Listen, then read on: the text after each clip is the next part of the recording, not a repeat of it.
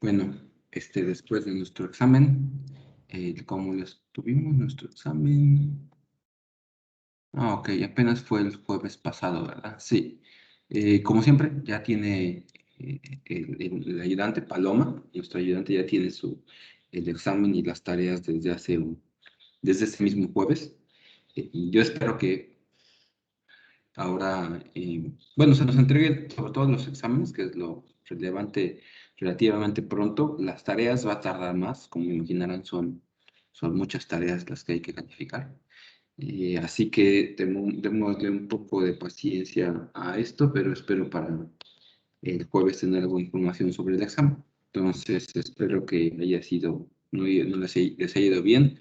Y otra vez, que no pude, una disculpa que no pude estar con ustedes. Pero como tal vez ya vieron, la vacuna no fue de gratis. Entonces, ya hay planes para el siguiente semestre. Así que, y incluso también hoy nos autorizaron ya sobre las clases del próximo semestre. O sea, ya nos dieron los calendarios para escoger. Entonces, vi algunos virtuales, no muchos realmente.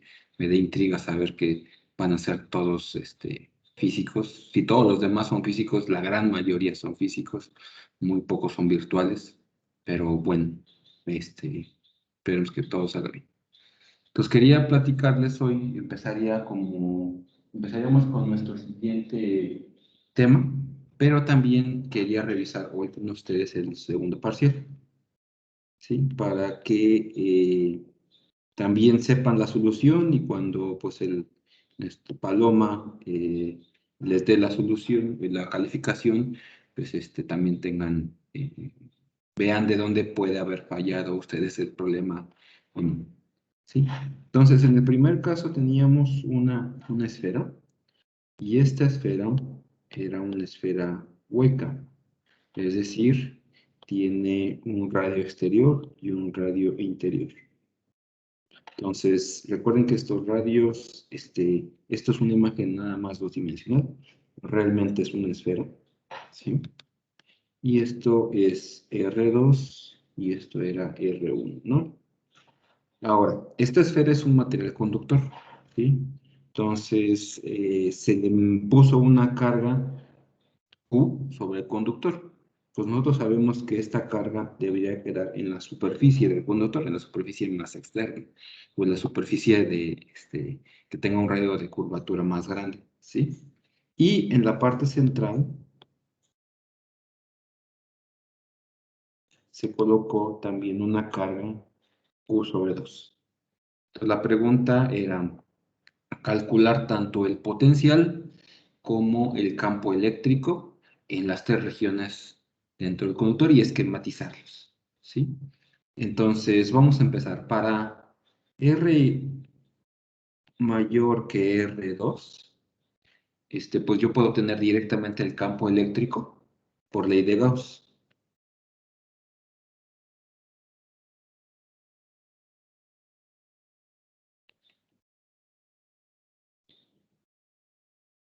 Es decir, uno encuentra que esto debería ser bueno, tendría que uno hacer los argumentos de siempre, es decir, si estoy en la región afuera de esto, primero no hay razón por la cual el campo eléctrico sea dependiente de una coordenada azimutal por la simetría del problema, así que debe ser solamente radial, ¿sí? Y si es solamente radial, más aún también debería ser dirigido hacia afuera del conductor, o sea, hacia R, o sea, en la dirección R nada más del campo eléctrico y es igual a la carga encerrada, 1 entre 4 pi epsilon 0, la carga encerrada entre R cuadrada. Ya ahí hicimos, en esa ecuación, antes de escribir esa ecuación tuvimos que haber hecho varias cosas, pero si ustedes la escribieron directamente así no es ningún problema.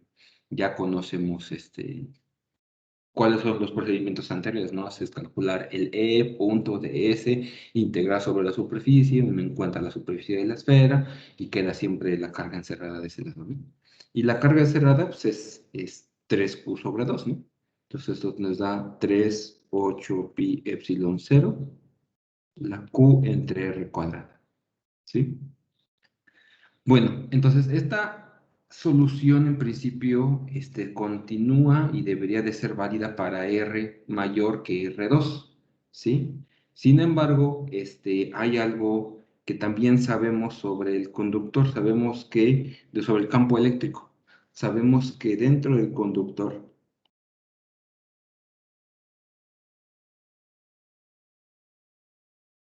no debería haber campo eléctrico.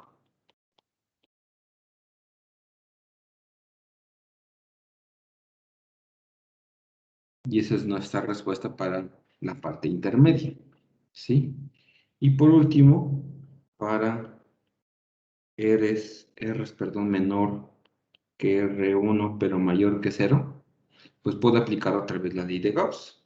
Y el campo eléctrico sería 1 entre 4 pi epsilon 0, la carga encerrada entre R cuadrada, y por lo tanto es 1 entre 8 pi epsilon 0, Q entre R cuadrada. Ahora, para el potencial. Para el potencial hacemos o haríamos una mezcla de cosas. Por ejemplo, primero, para R mayor que R2, podemos utilizar los mismos argumentos que utilizaríamos para calcular el campo eléctrico, no utilizando la ley de Gauss, sino su expresión general. Y también, o de hecho, podríamos utilizar la relación entre el campo eléctrico y el potencial, como uno es el gradiente del otro.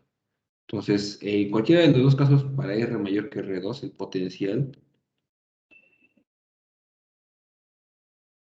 corresponde a una carga puntual con valor 3Q sobre 2.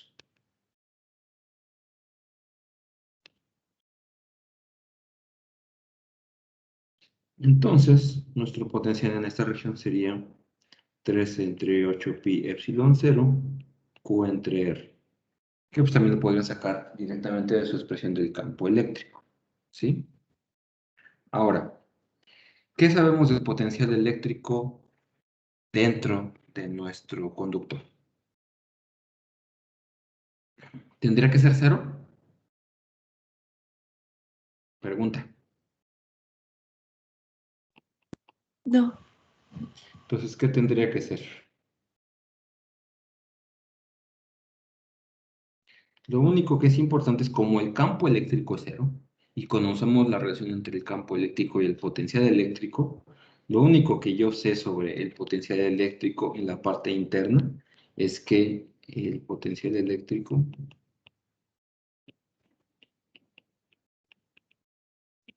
es constante, ¿sí? Porque un potencial eléctrico constante me da un campo eléctrico cero. ¿Ah? O sea, constante se refiere a que no depende de ninguna coordenada. Entonces, si no depende de ninguna coordenada, sacar las derivadas no hace nada, o sea, lo mantiene en cero, ¿sí? Y más aún debe ser continuo. Entonces, el potencial eléctrico es constante y debe ser continuo.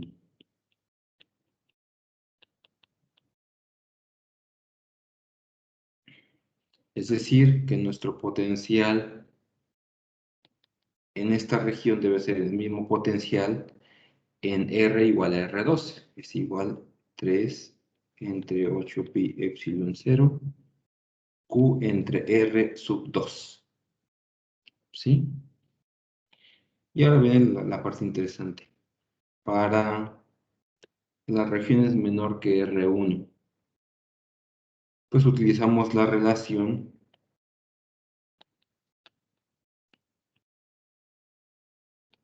entre E y B.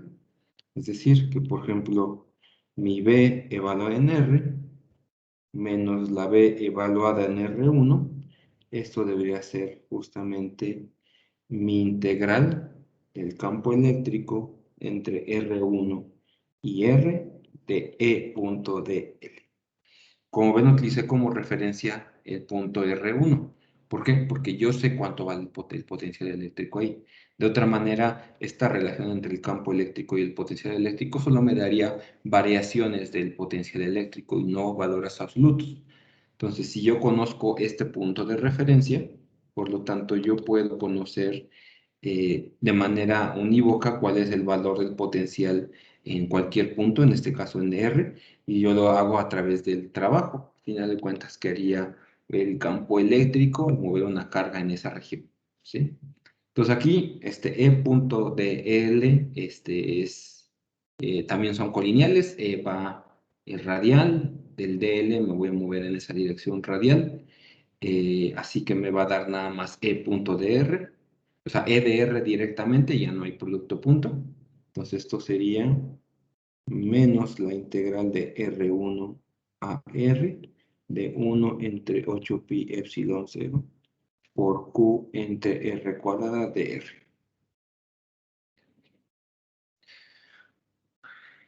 Y espero que me indiquen cuándo puedo pasar de diapositiva, por favor.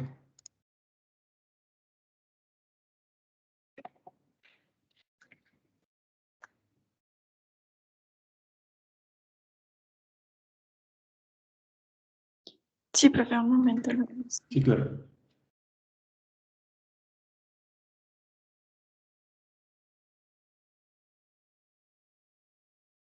Listo, por mi parte ya. No son mis compañeros. Gracias. Gracias, André. Pues como tampoco hice nada, pues seguimos.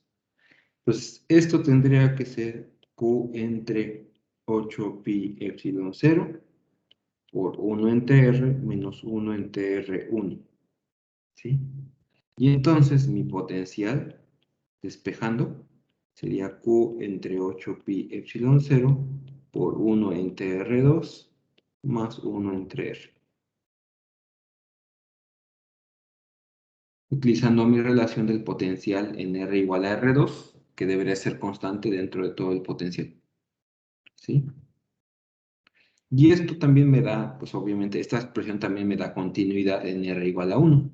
En R igual a 1 me da lo mismo. Entonces, ahora, ¿cómo lo veríamos? Era parte también del problema.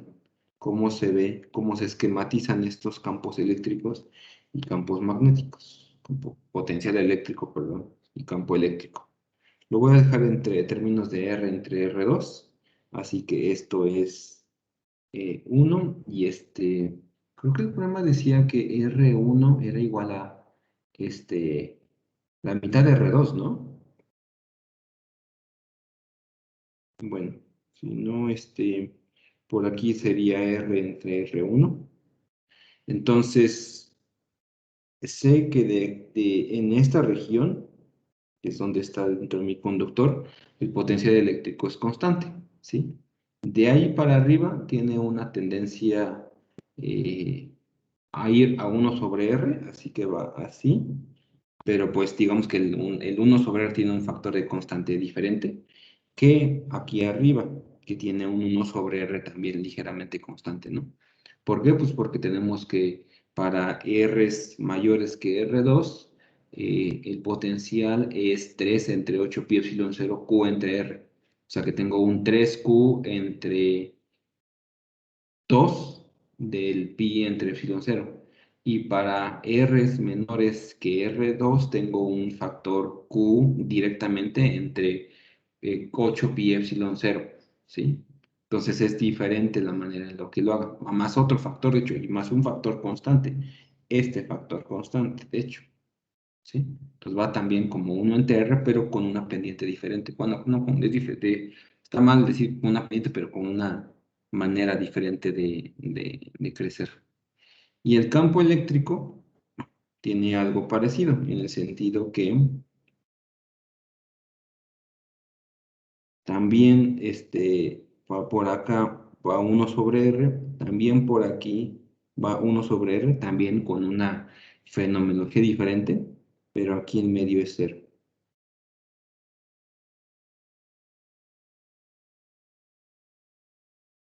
¿Ok? Bueno, pues ese es nuestro primer problema. ¿Alguna duda sobre este problema?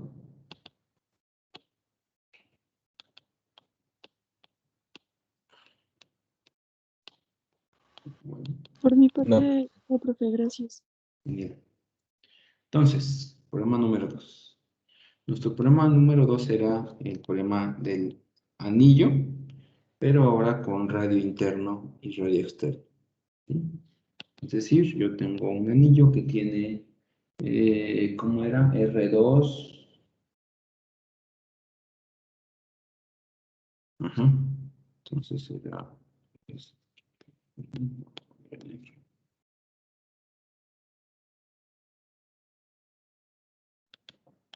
Entonces esto era R2, esto era R1, y lo que queríamos calcular era el potencial eléctrico en un punto P a una distancia X del eje de simetría. ¿Sí? Entonces, para resolver este problema, lo que hacemos es dividir nuestro anillo en anillos concéntricos. ¿Sí? Cada uno de estos anillos concéntricos, creo que el problema también decía que tenía, que este anillo tenía una densidad de carga sigma, ¿verdad? Entonces, dividimos nuestro anillo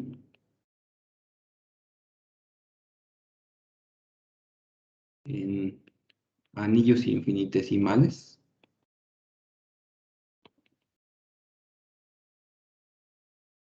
De radio, le voy a dejar R mayúscula, es decir, aquí me falta indicar eso.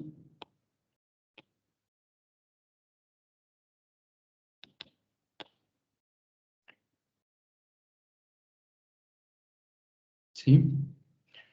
Con la característica, pues, de que esta R tiene que ser menor que R2, pero, bueno, mayor que R1, perdón, y menor que R2. ¿Sí? Y tiene un ancho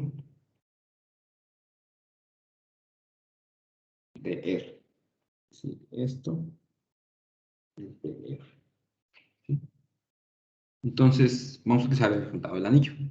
¿Sí? Este anillo tiene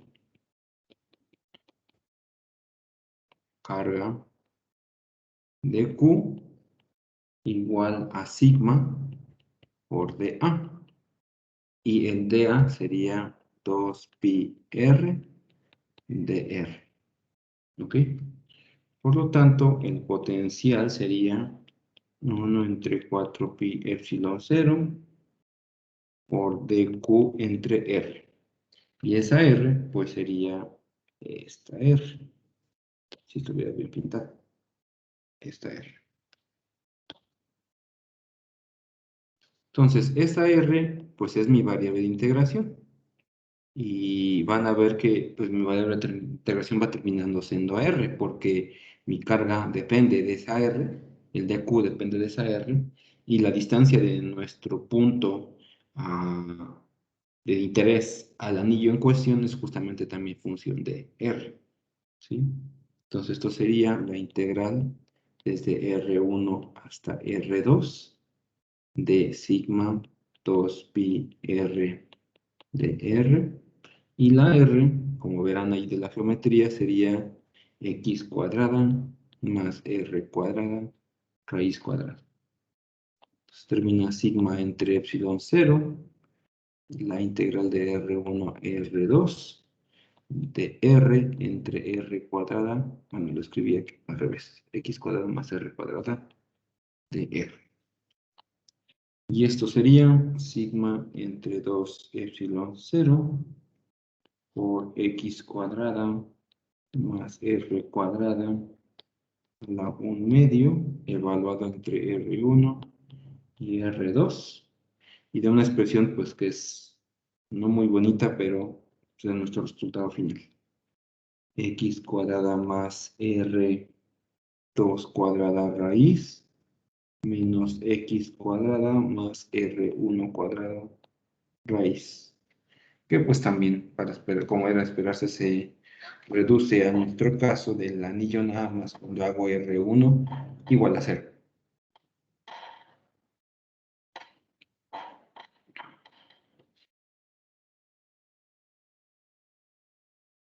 Y otra vez quedo a la espera de que me indiquen cuando pueda pasar de positivo.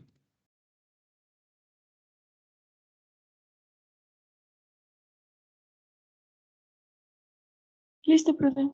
Bueno, por mi parte. Sí, Gracias. profe. Adelante. Entonces, genial. Entonces, en el problema número 3, ahora lo que tenemos es un sistema hecho por 3 cargas. Tengo una carga Q2 por acá y una carga menos Q1 por acá. Entonces esto es menos Q1 y tiene masa M, de hecho. Esto es Q2, ambas son Q2. La distancia de acá a acá es A y la distancia de aquí a aquí es B. Entonces tenemos ese sistema fue ensamblado de alguna manera, es decir, yo podría pensar que primero arme mi sistema mandando o trayendo Q2 de infinito a ese punto, a este. Después tuve que hacer que Q2, esta otra Q2 viniera desde infinito hasta acá. Y después tuve que hacer que la Q1, esta, viniera también desde infinito y llevarla en este punto. ¿Sí? Así es como yo tuve que, de alguna manera, haber ensamblado mi sistema. ¿Sí? Entonces, la pregunta es, ustedes saben que, pues, para hacer que esa Q1 escape del sistema, pues tengo que darle un buen empujón hacia arriba, con cierta velocidad, que es la que queremos determinar, para que ya no sienta la atracción con las otras dos cargas. Entonces, eso de hecho es cuantificado por el potencial eléctrico. Entonces, vamos a suponer conservación de energía.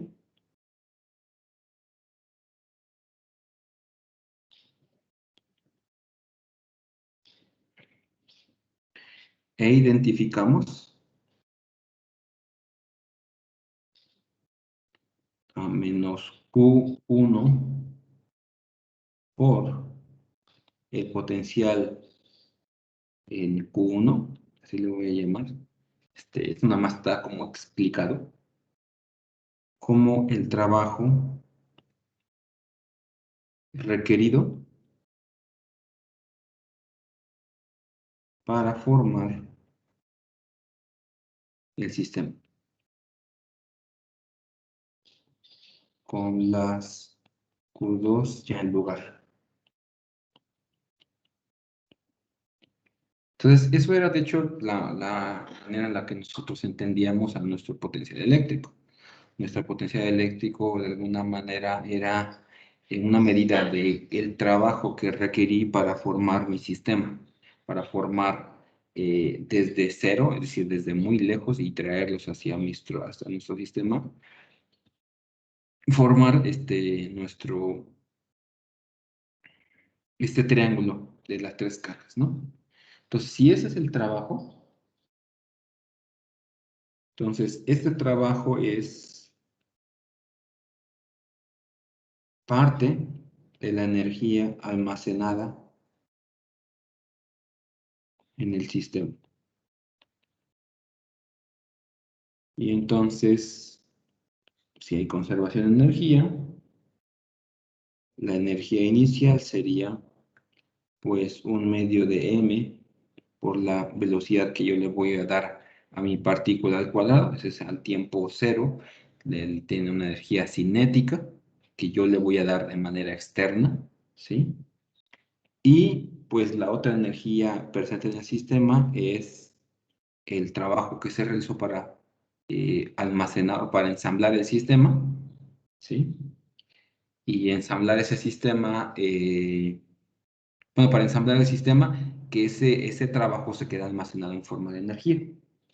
Y la energía final tendría que ser, entonces, cero, ¿sí? Y este potencial tendría que ser 1 entre 4 pi epsilon 0 por 2Q2 entre A cuadrada más B cuadrada raíz cuadrada. Es decir, es el potencial eléctrico en el punto en el que está mi carga aquí. Esa es mi medida de el potencial, el trabajo que se requirió para formar ese punto adicional, para poner esa carga ahí. Y eso requirió, pues lo que requirió fue justamente el potencial eléctrico evaluado en este punto, multiplicado por la carga. Entonces esto es, pues ya nada más de aquí despejan y encuentran que la velocidad tendría que ser, sí es cierto, se me olvida, 1 entre m por pi epsilon 0 por Q1 por Q2 entre A cuadrada más B cuadrada raíz cuadrada, todo la raíz cuadrada. Listo.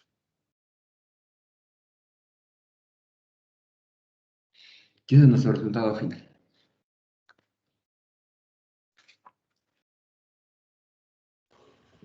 ¿Cómo dijo, profesor? Ese es nuestro resultado final. Ok, sí, concuerdo. Profe, quería preguntarle si podemos volver un momentito al problema 2, es que nada más me faltó copiar algo. Sí, claro, no te preocupes.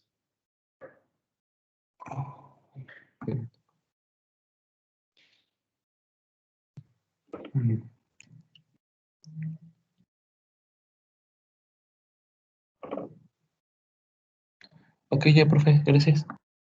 No te preocupes, todo bien. Ahora, vamos ahora con el problema número 4.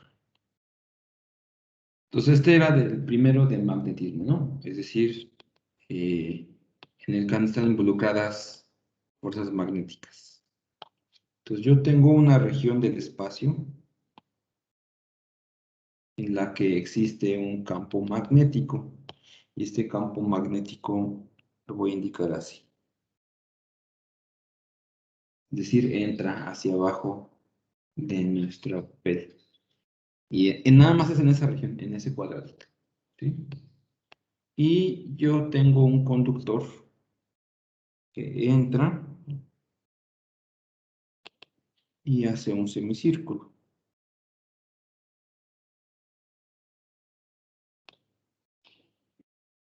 Deben estar conectados, pero ya saben.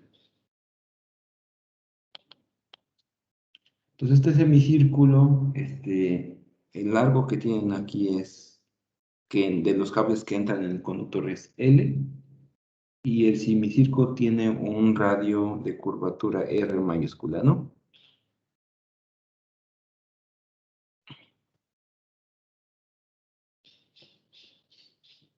Entonces la pregunta que queremos calcular es la fuerza total que siente este conductor debido a que está haciendo pasar una corriente I. Y debido a que está en ese campo magnético. ¿Sí? Entonces, para eso primero pues, lo dividimos en los 3 segmentos de siempre, es decir, los 2 segmentos rectilíneos, de los cuales realmente no nos importa lo que, la cantidad de el conductor que está metido en el campo eléctrico, y la parte del semicírculo, ¿no? Entonces, la fuerza magnética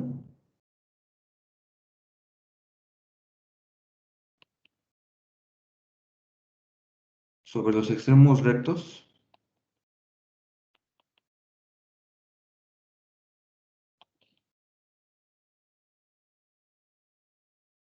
se cancelan. ¿Por qué? Antes de empezar a escribir, pues esto.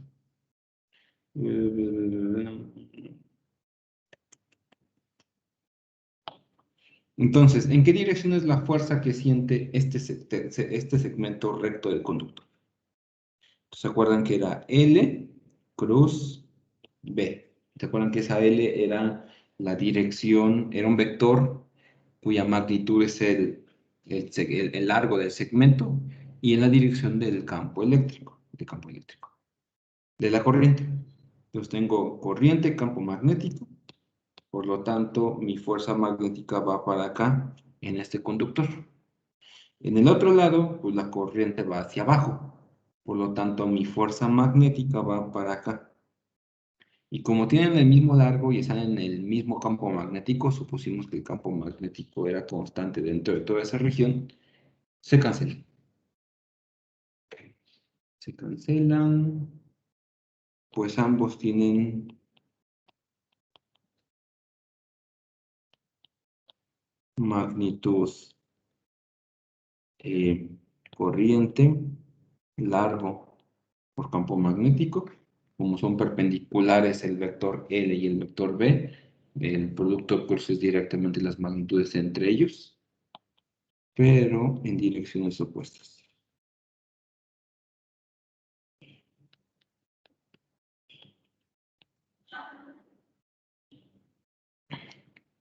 Entonces ahora el semicírculo es el que único que importa. El semicírculo se divide en segmentos de L y estos deben ser R de phi, donde esa de phi es un pequeño, esto es phi, es todo el ángulo que sostiene con respecto a la horizontal, ¿sí?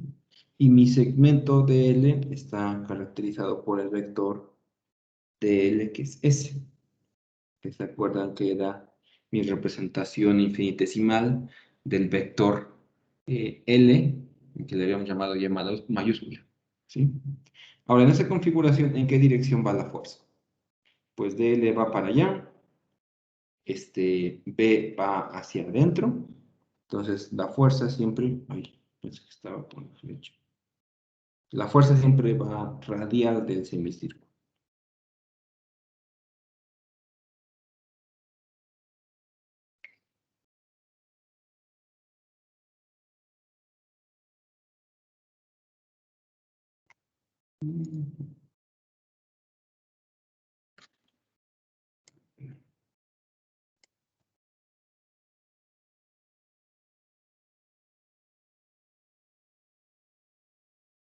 ¿Puedo pasar a la siguiente diapositiva?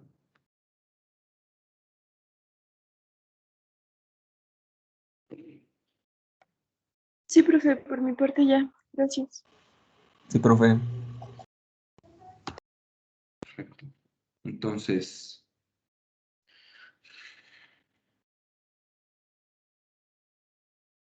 como este diferencial de fuerza es I por dL cruz B, entonces la magnitud nada más es I por B por R por D phi. Puesto que dL y el campo magnético siempre son perpendiculares.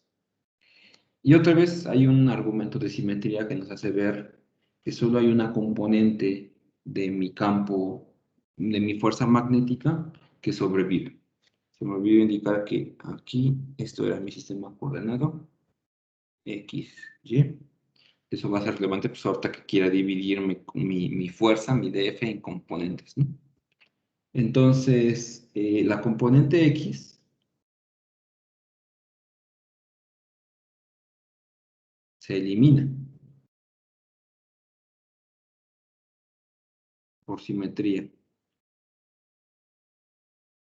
Es decir, por cada dF en dirección para allá, originado por dL, existe un dF', que tiene de hecho el mismo ángulo,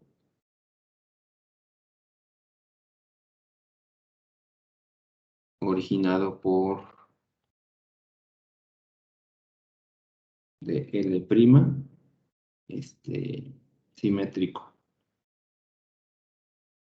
a dL. Ese es nuestro argumento que, pues bien, que se puede demostrar. Se puede demostrar de hecho, calcular esa componente, la componente en X. Vamos a ver que esa integral, de hecho, es, bueno, veríamos que de hecho esa integral es 0. Entonces, la única, la magnitud de la fuerza total sería nada más, lo que me interesa es la componente en Y, y eso también me da parte del resultado, ¿no? Nada más hay componente en Y para este problema. La fuerza nada más está en Y. Y mi integral, y entonces ya lo único que tengo que sacar es mi df seno de phi, es decir, la componente en Y de la fuerza. Y mi integral, al ser función de phi, nada más iría de 0 a pi.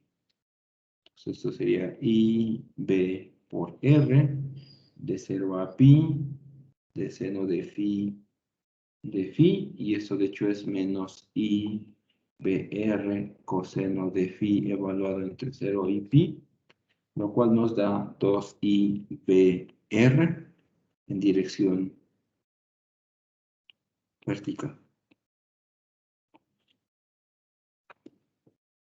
¿Está bien? Esa es nuestra solución.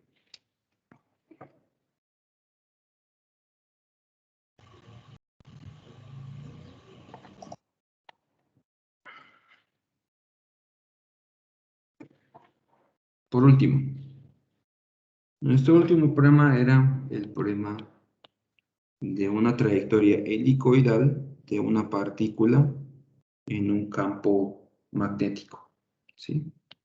Entonces, en este campo magnético, el campo magnético está en esta dirección.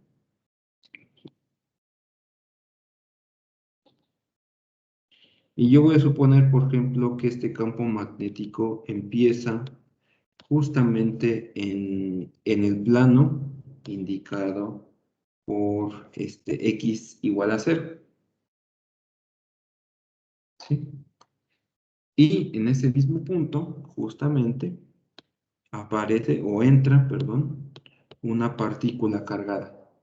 Que de hecho pensamos que era un positrón, si no me recuerdo, ¿no? Y entra con un ángulo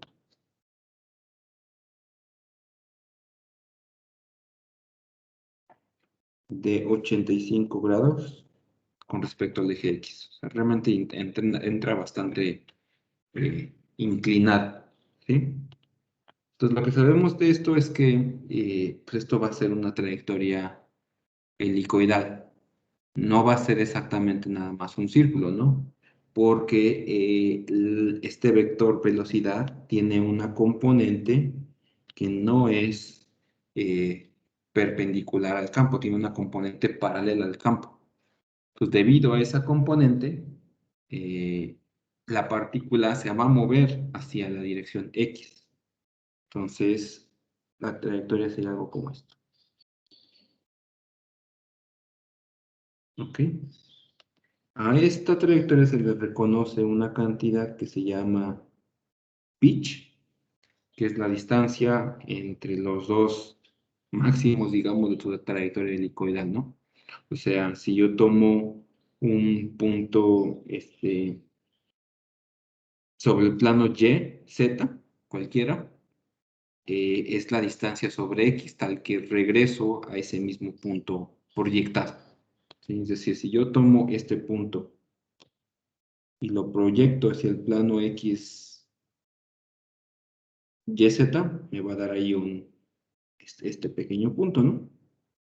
Sobre ese plano, pues yo lo que veo es nada más un movimiento circular uniforme, ¿no? O sea, si yo veo las proyecciones de esto hacia atrás,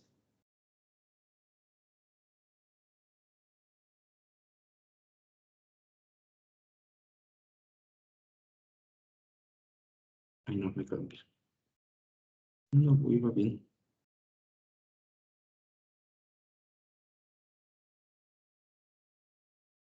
Yo veo o vería aquí dentro, no sé si lo hice bien, un movimiento circular uniforme, al ver la proyección de todos esos puntos sobre el plano YZ. Entonces, yo lo que quiero calcular es este pitch, la distancia que debe de recorrer en la distancia en X para que haya completado una vuelta completa en su movimiento en la proyección YZ. ¿Sí? Los voy a llamar a Bx y B perpendicular las componentes de velocidad.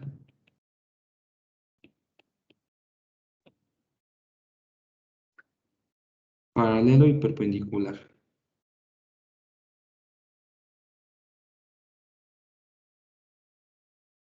Al campo magnético. Entonces esto implica que la componente en X es responsable de la trayectoria helicoidal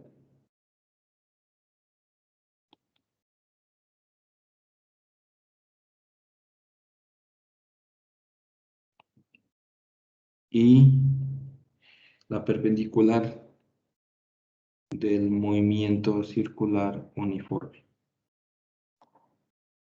Entonces el periodo de ese movimiento circular uniforme ya lo sabemos. Y de hecho no depende de la velocidad, nada más es 2pi m p entre q. Y el pitch entonces es la distancia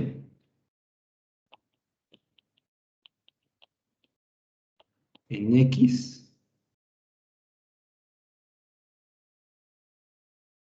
en un periodo.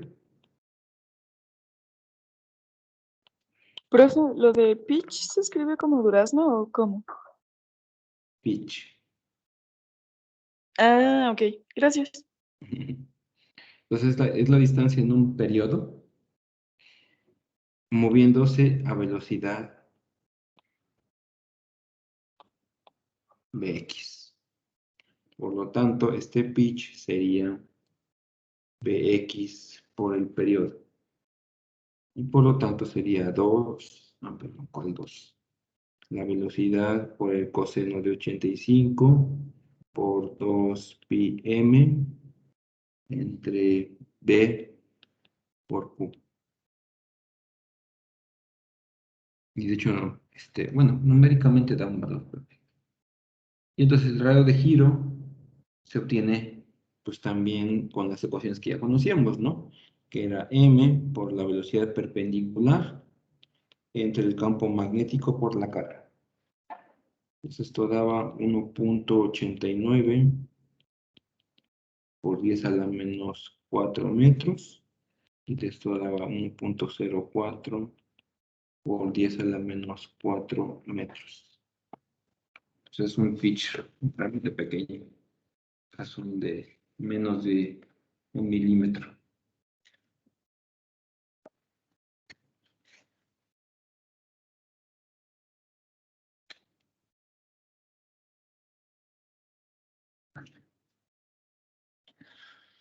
Bueno, en lo que copien, déjenme revisar cómo va nuestro calendario de actividades.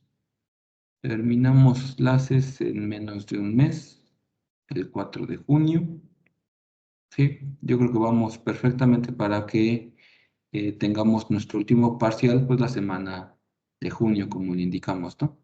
O sea, la semana del 7 al 11 de junio sería nuestro tercer examen parcial y ya después habría un par de semanas nada más. Bueno, o sea, realmente sería nada más media semana, que sería la otra, la del 14 al 18 de junio, para pues algunas cosas que se quieran realizar sobre recuperación de calificaciones de parciales, por ejemplo, y determinar quiénes se van a examen final, ¿sí? Bueno, entonces ese fue nuestro examen. Espero que haya sido claro y también que haya sido divertido. A mí me parece que estaba interesante el examen. Entonces, recuerden, espero posiblemente Palomas, como igual que la vez pasada, los busque directamente y les contactará con su calificación del examen. Esperamos que pronto, es decir, posiblemente antes del próximo jueves esperemos, o ese mismo jueves. ¿Algún comentario con respecto al examen? ¿Todo bien?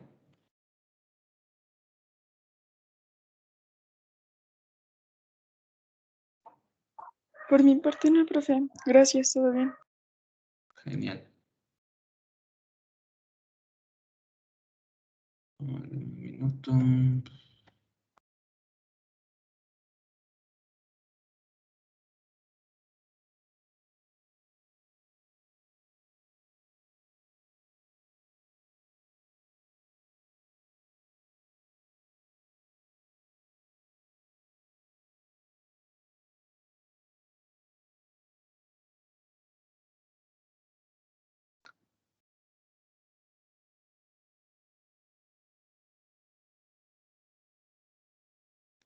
Bueno, que me llegó un correo.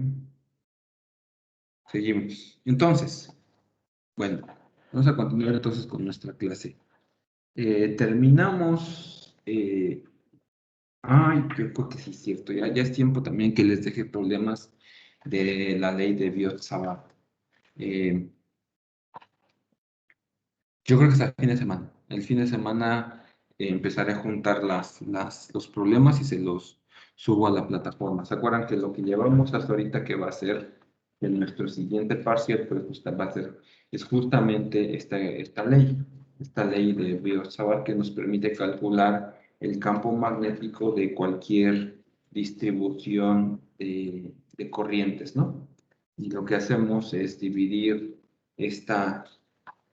cada una de esas contribuciones en pequeños elementos infinitesimales de S y tenemos que calcular el producto cruz de S cruz R y dividirlo entre R cuadrado.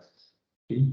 Y eso nos da la contribución de ese pequeño elemento y hay que sumar las contribuciones sobre todos los demás elementos de nuestro conductor.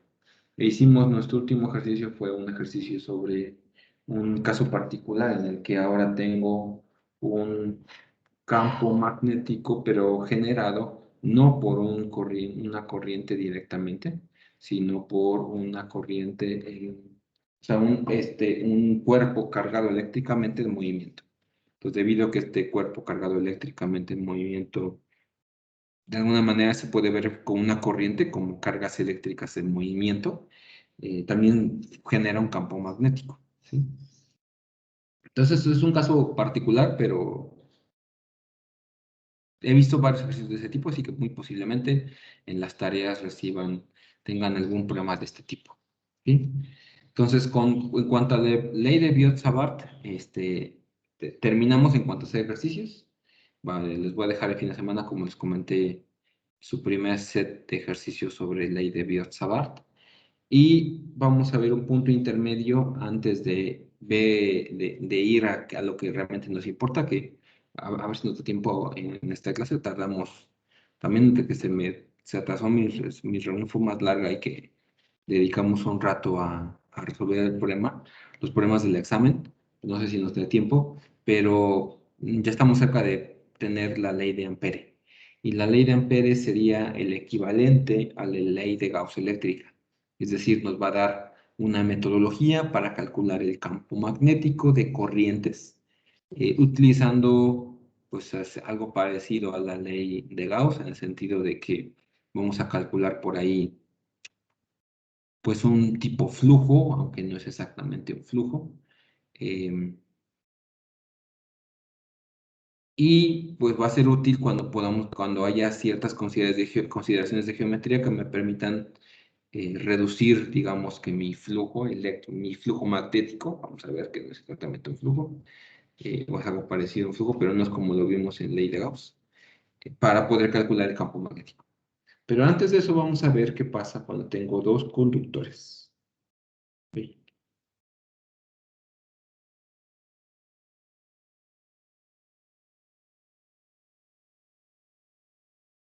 Es decir, consideremos esto. Una carga en movimiento siente la fuerza debido a un campo magnético. Eso es la ley, la fuerza magnética que ya vimos que es parte de la fuerza de Lorentz, ¿sí? Es una carga en movimiento, siente una fuerza por un campo magnético.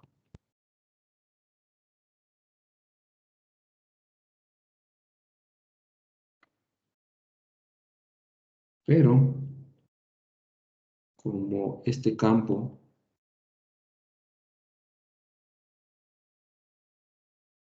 puede generarse por una carga eléctrica en movimiento,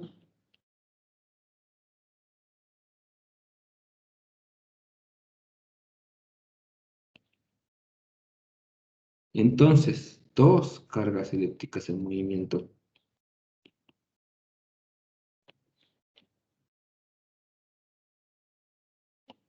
Es decir, puede ser conductores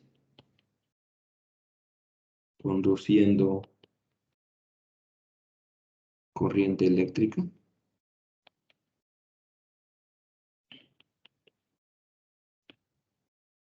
Sienten una fuerza entre ellos.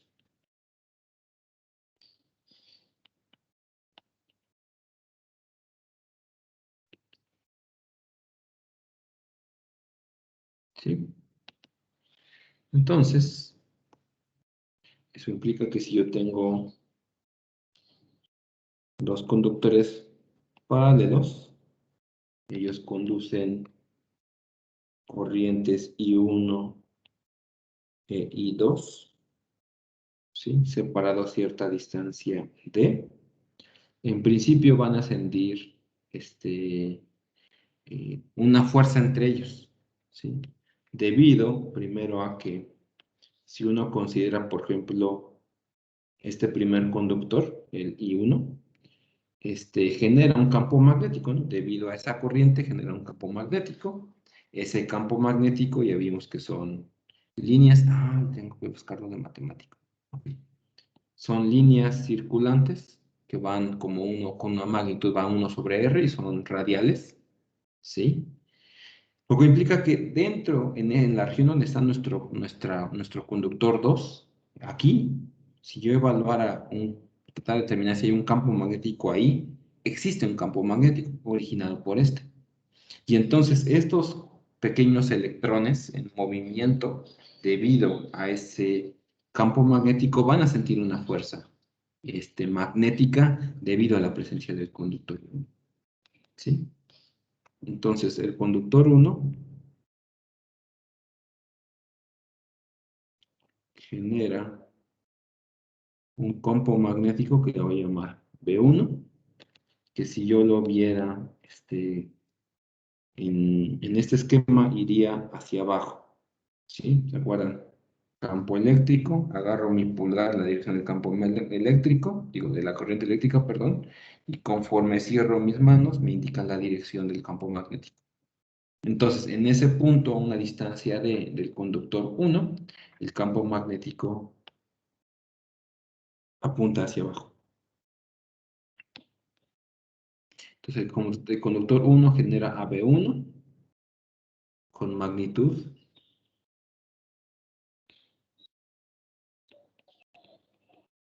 mu0 entre 2pi por la corriente 1 entre D.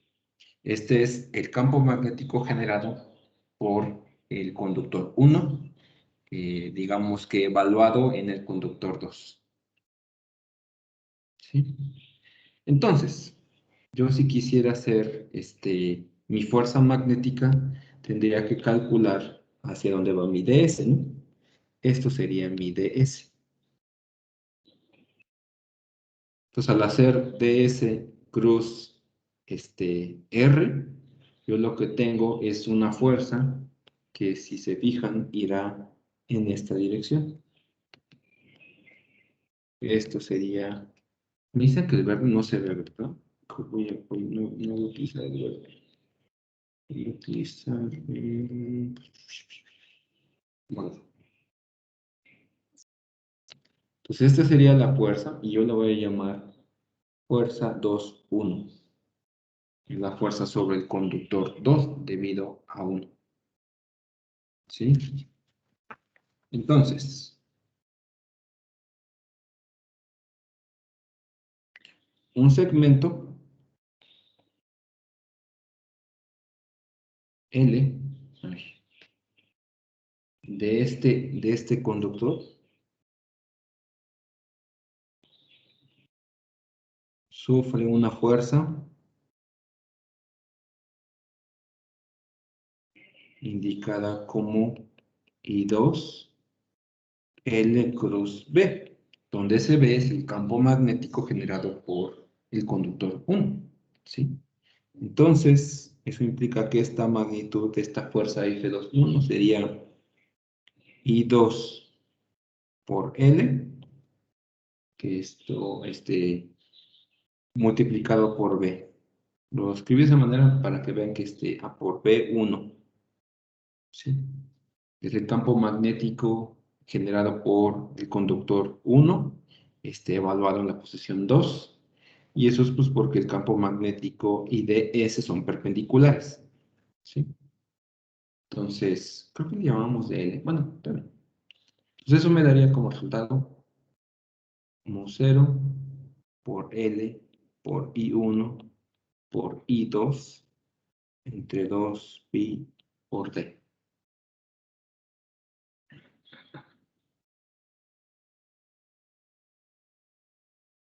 Y esa sería la magnitud de la fuerza.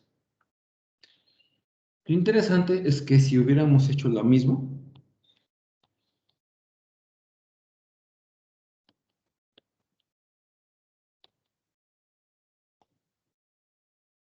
con I2, bueno, más bien con I1, con una B2, es decir, con el campo magnético debido a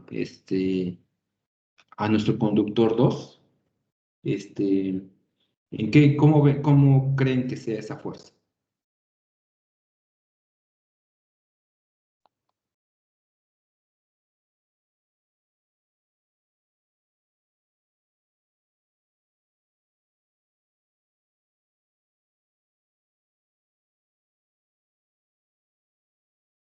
Podría ser idéntica, pero si no, bueno, sí. Sí, de la misma magnitud.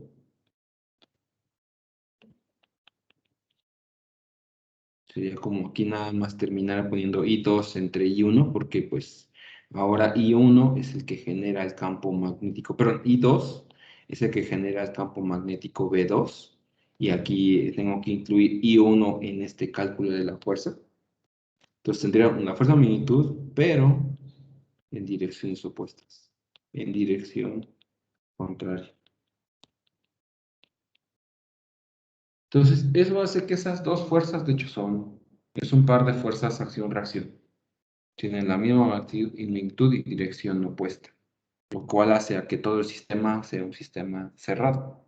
O sea, no hay una fuerza total sobre los dos sistemas. Implicaría incluso que cantidades como la cantidad de movimiento se conservan en esos conductores, a pesar de que sienten una fuerza, el momento, la cantidad de movimiento se conservaría, puesto que la fuerza total sobre todos los dos cuerpos es cero, por ser par de fuerzas de acción y reacción. ¿Qué creen que pase si ahora Bueno, fíjense que aquí consideré que que la corriente eléctrica de ambos conductores es en la misma dirección, ¿no? Va hacia la derecha. ¿Qué creen que pase si ahora fueran en direcciones opuestas las cargas, la corriente eléctrica? O sea, uno va hacia la derecha y otro va hacia la izquierda. Bueno, algo que me olvidó tal vez no ser se me olvidó ser explícito sobre esto.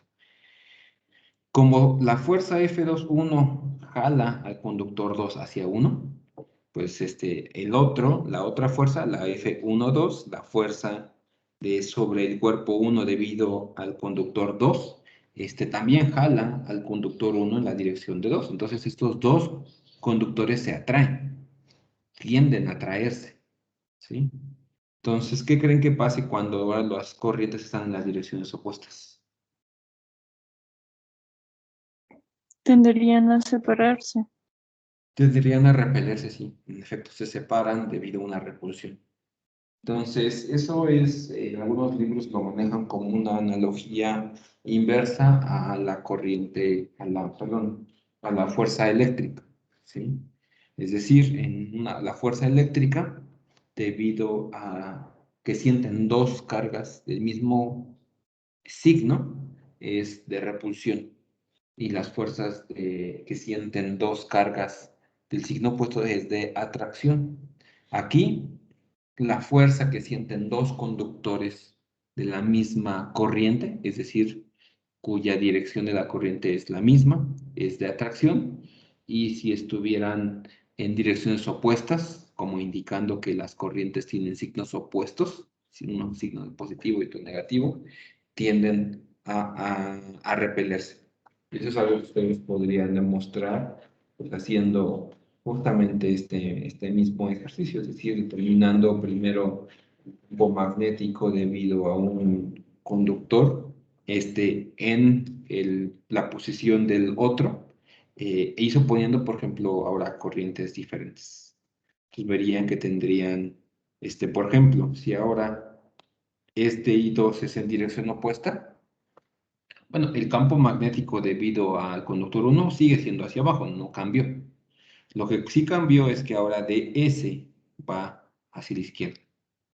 Entonces, eso me va a hacer que cuando haga este L cruz B, que sería L para acá, cruz B hacia abajo, la fuerza iría en la dirección opuesta. Entonces, F21 saldría, iría hacia afuera y por lo tanto sentiría una fuerza de repulsión debido a la corriente I1.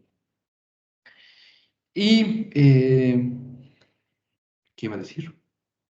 Y también podrían calcular la F12, la fuerza sobre el conductor 1 debido al conductor 2, y encontrarían que la dirección es opuesta, ¿sí?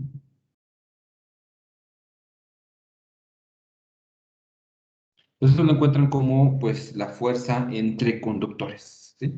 Entonces seguro que pondré algún ejercicio. Bueno, no sé, voy a ver porque pues el desarrollo como ven es directo y no me gusta poner ejercicios de sustitución. Siempre tienen que ser al menos poco más elaborados, que tengan que desarrollar algo. Pero a ver si encuentro alguno interesante que tenga que ver con la fuerza entre conductores paralelos, pues sí, por supuesto que estará incluido.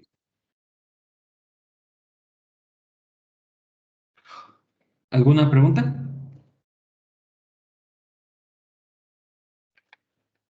Todo bien, profe, gracias. Perfecto, Vamos bien, profe. genial. Entonces, vamos a empezar al menos unos 10 minutos con la introducción de la ley de Ampere, que como comentamos es otra de esos pilares del electromagnetismo que después de los experimentos de Ampere, claro, fueron descritos matemáticamente por Maxwell y para constituir los pilares del electromagnetismo como una de las leyes de Maxwell. Entonces, la ley de Ampere tiene una relación con la ley de Gauss. Es decir, la ley de Gauss, ¿se acuerdan? La ley de Gauss eléctrica, porque vamos a ver una ley de Gauss magnética, de hecho, permitía calcular el campo eléctrico de una distribución de carga, ¿sí?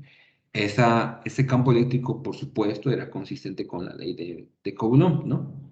Entonces, en el magnetismo también existe una manera de calcular el campo magnético a través de la distribución de corriente, de forma reducida y compacta, si lo comparamos con la ley de Biot-Savart, ¿sí? Pues voy a escribir algo como esto en el magnetismo. Similar a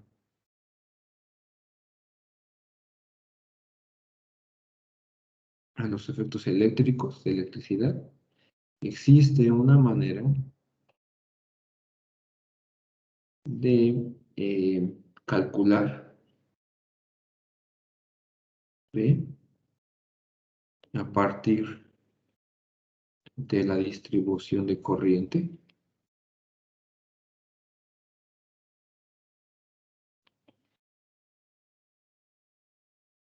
de forma reducida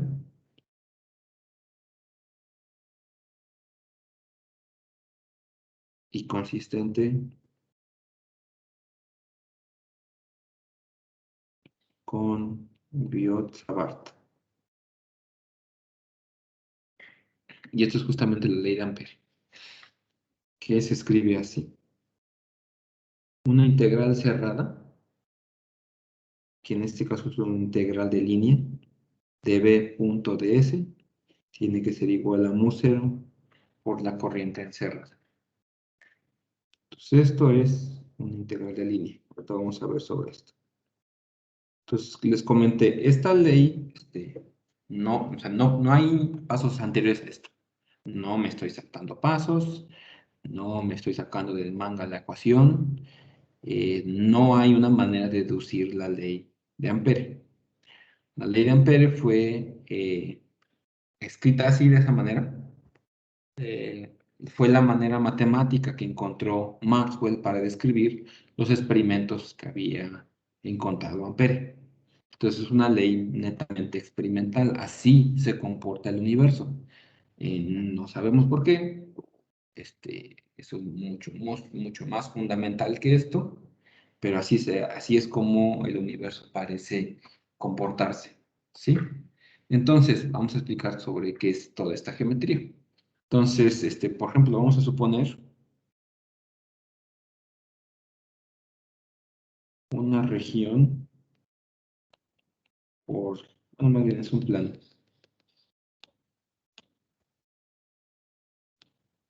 Un plano por el que pasan corrientes. Por ejemplo, una corriente I1 por acá, una corriente I2 por acá, una corriente I3 por acá. ¿Sí? Entonces, sobre esta en esta región se define un anillo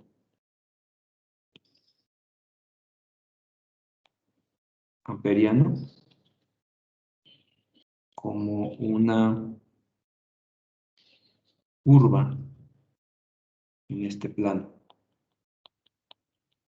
Este anillo amperiano lo voy a poner, por ejemplo, así. Tampoco tiene que ser realmente un anillo. Le llaman así anillo imperial, es una manera de llamarlo, pero lo relevante es que sea una curva sobre este plano. Entonces las corrientes, como ven ahí, dos salen y una entra, ¿no? Entonces lo que le dice la ley de Gauss es que debido a esas corrientes, pues va a haber pues cierto campo magnético, por ejemplo, en cada uno de estos puntos sobre el anillo imperial, ¿no? Por ejemplo, no sé, a mí se me ocurre que en ese punto yo encuentro que el campo magnético tiene esa dirección y la magnitud indicada por la flecha. En ese punto en particular sobre el anillo, yo defino un vector ds, que es un vector colineal a colineal justamente a mi anillo imperial, ¿sí? Entonces, yo lo que quiero calcular en la ley de Ampere es, lo que me dice la ley de Ampere es que si yo tomo el campo magnético en cada uno de estos puntos, en uno de estos puntos sobre este anillo imperiano, hago el punto de S con respecto a vector ds definido como la tangente del anillo imperiano en ese punto, hago este producto punto, eso me va a dar un número, es un escalar, y hago todo eso, repito la operación sobre todos los puntos sobre el anillo imperiano. Cuando haga todo este cálculo, lo que yo voy a obtener es exactamente, y es lo impresionante, mu0 por la corriente encerrada por el anillo imperial, que serían la suma entre estas dos corrientes con su respectivo signo, es decir, en este sentido, la dirección positiva indica más y la dirección negativa implica menos. ¿Sí? Entonces, eso es lo que les dice la ley de Ampere. Lo voy a tratar de poner un poco en texto. Entonces, tomo de heces infinitesimales en el anillo y evalúo B.ds con ds tangente al anillo y B, campo magnético en ese punto. Uy.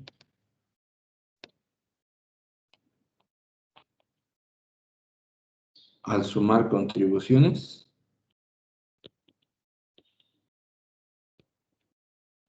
y encuentro mu0 por I, con I, la corriente total, que es que realmente no encierra. Lo que hace es atraviesa la superficie que limita el anillo. Estuvo mal utilizar la palabra atraviesa. No lo hace. O sea, ¿se acuerdan? Esto es un plano por el que pasan corrientes. Yo podría haber escogido cualquier plano. En ese plano yo definí este anillo amperiano como que una curva que está dentro de ese plano. Puede ser un círculo, puede ser un triángulo, puede ser lo que quiera. Y lo que voy a hacer es calcular esta cantidad, B.ds, evaluando el campo magnético en cada uno de sus puntos y haciendo el producto punto con la tangente del anillo amperiano.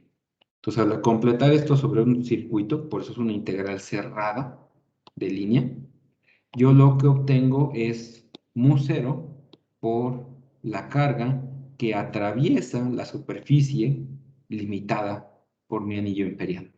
Es decir, voy a borrar esto, pero esta. Bueno, no se ve tan feo. Voy a dejar. Entonces, esa superficie es a la cual yo tengo que revisar, pues, cuáles son las corrientes eléctricas que atraviesan esa superficie.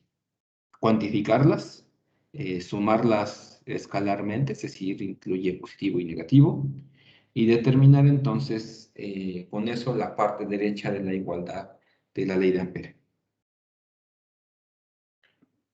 Entonces, esto implica, que es algo interesante, que este campo magnético B puede ser también originado por la corriente eléctrica I1. No hay razón por la cual no lo haga. De hecho, está correcto, está bien. ¿Sí?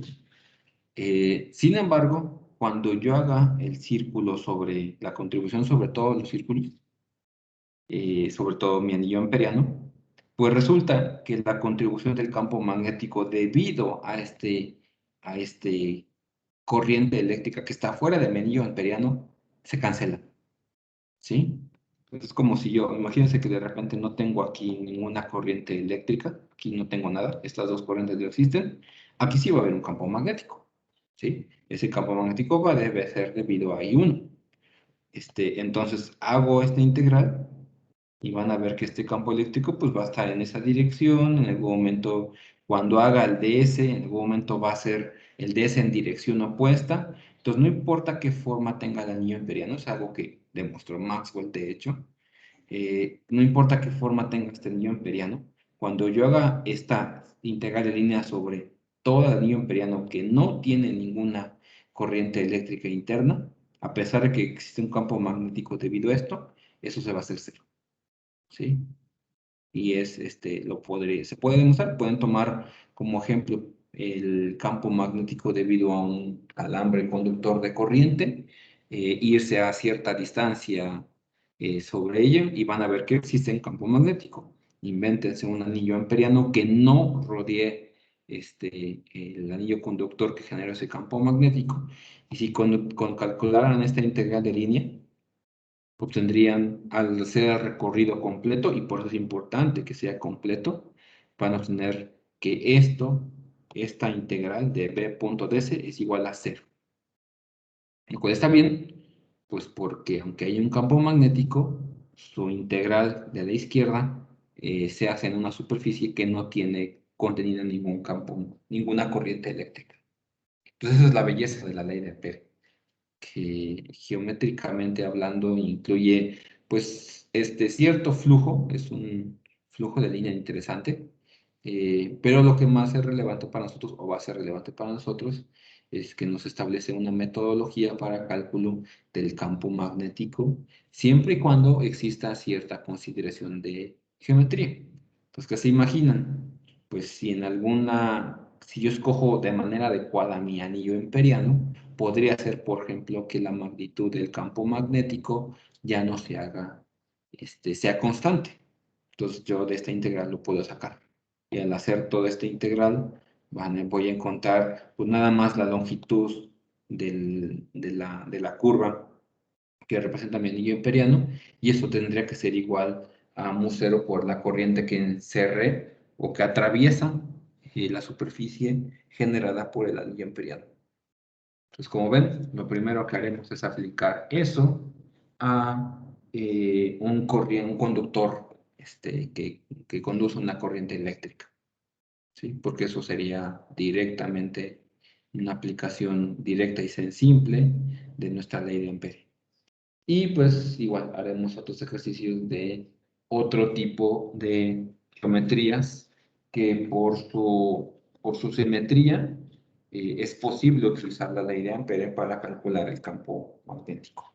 Y como ven, como tal, la ley de Ampere no es una metodología diseñada para calcular el campo eléctrico, nada más nos da una relación entre una propiedad del campo magnético, que es esa integral de línea, es una integral del circuito sobre el circuito cerrado, y pues la corriente es ciertas corrientes que tienen cierta relación con eso.